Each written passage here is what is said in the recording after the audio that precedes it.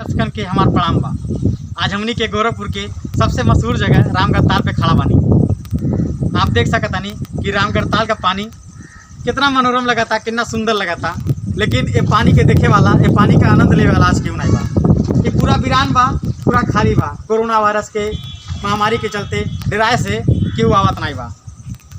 पहले यहाँ रोज दिन रहे, चाहे शाम रहे, चाहे सुबह रहे, कम से कम 1000 मनई यहाँ बैठल रहत रहलन। लेकिन आज ये कोरोना काल में खाली बा। आप देख सकतानी कि कोरोना का डर इतना बा गोरखपुर में कि ये रामगढ़ ताल पे केहू लौकत देखतानी कि जो रामगढ़ ताल के जो मेन व्यू पॉइंट बा वहाँ जाए खातिर है गेट है, लेकिन ये गेट अभी बंद बा। हमने के पूछनी है यहाँ के रखवारे से, तो कहले बा कि ये गेट लॉकडाउन में से बंद बा, अभी खुलल नहीं बा। जब ये सरकार की आदेश आई तब सरकार ये गेट खोल दी। निगरान करता, सबसे अपील करता कि आप भी एक कोरोना काल में कौन सार्वजनिक स्थान पर मत जाएं।